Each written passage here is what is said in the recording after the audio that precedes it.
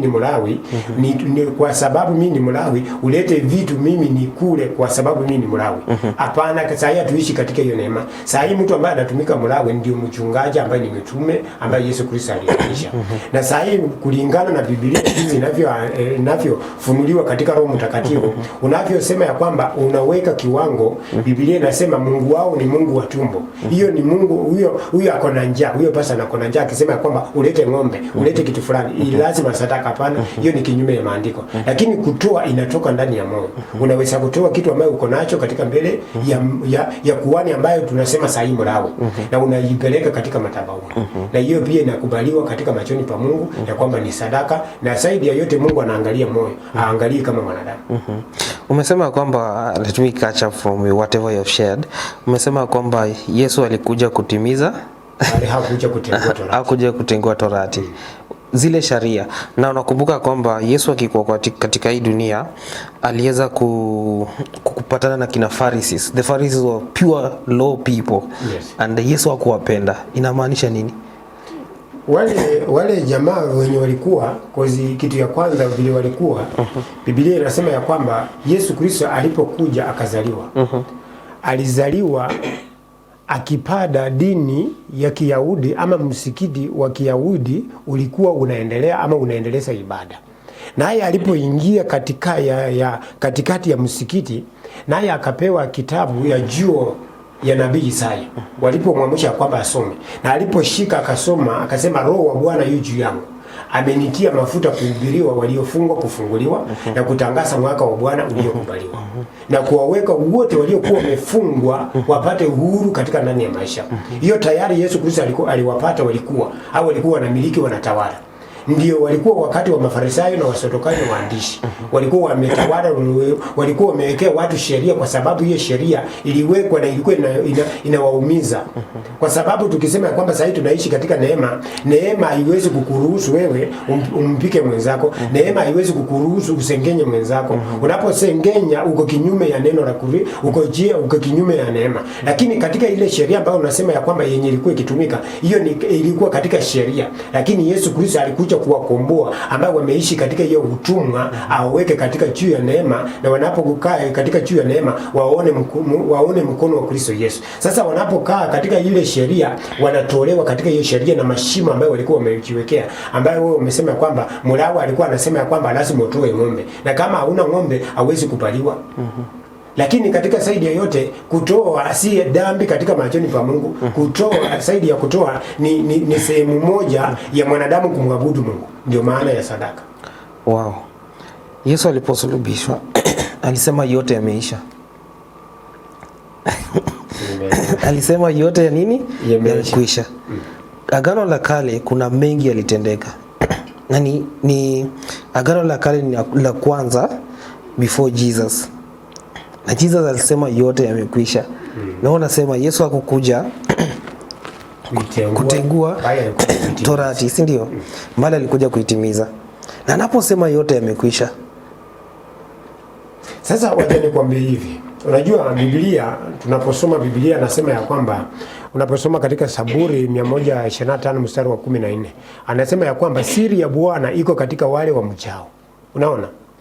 Sasa kama tunataka tuone kitu ambayo iko ya maana sana sisi, kitu ya kwanza, kwa sababu Daudi anasema siri ya Bwana iko katika wale wamchao. Na zaidi ya Bwana, unaposoma Agano Jipya anasema ya kwamba siri ya Mungu ni kuu.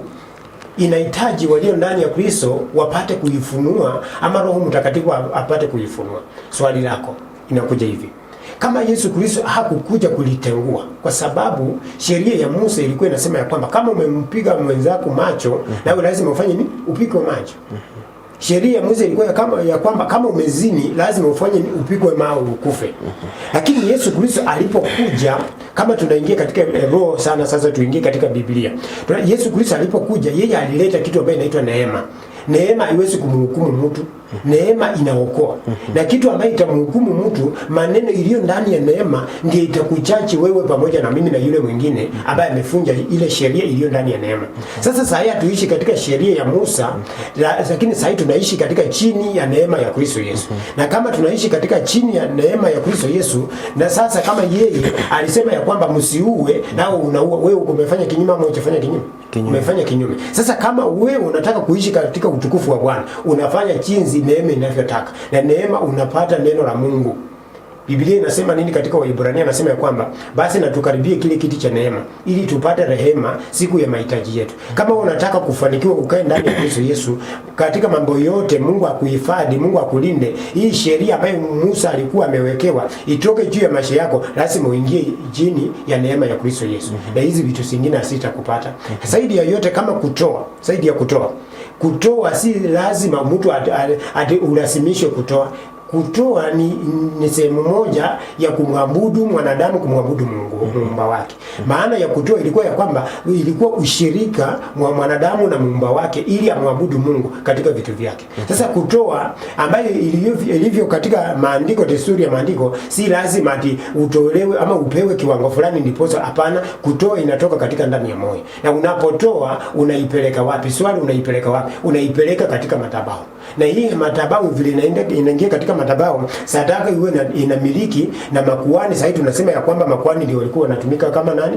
Walawi. Sasa sasa makuhani na mapasa ndio wanatumia ama wanatumika kama kitu ambacho inaitwa sadaka katika madhabahu, ndio wanawapatia wanadamu njia ya kumjua muumba wake. Kwa sababu Biblia inasema nini? Na katika Waebrania anasema mchungaji ndiye atakayetoa hesabu mbele ya Mungu.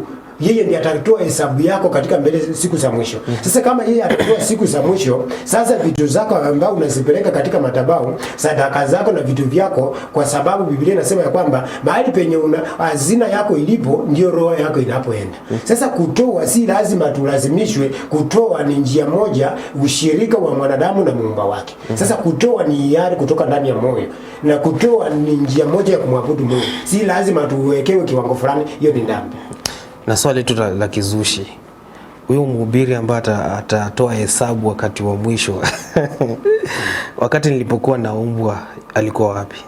Wakati wenye ulikuwa naumbwa? Yeah. Unajua sasa tukienda hivyo, Biblia inasema nini katika maandiko? Kwa sababu anasema sisi tutakayotoa hesabu. Watakayetoa hesabu ni wakina nani? Waliokaa katika vile wewe umeuliza swali ambayo ilikuwa inasema ya kwamba Mlawi wakati ule ndiye alikuwa anaruhusiwa kuenda katika mahali penye nilikuwa inaitwa ya kwamba patakatifu pa watakatifu. Na kama unaenda katika patakatifu pa watakatifu, ilikuwa inatumika katika mtu mmoja tu ambaye alikuwa Mlawi, na alikuwa Mwisraeli. Na ilivyokuwa katika Mwisraeli ilikuwa ya kwamba jamaa hii ya taifa la Israeli, mtu mmoja ndiye alikuwa ametengwa ya kwamba aingie katika madhabahuni. Ni vile wewe sasa unasema ya kwamba pastor ndiye anasimama ahubiri.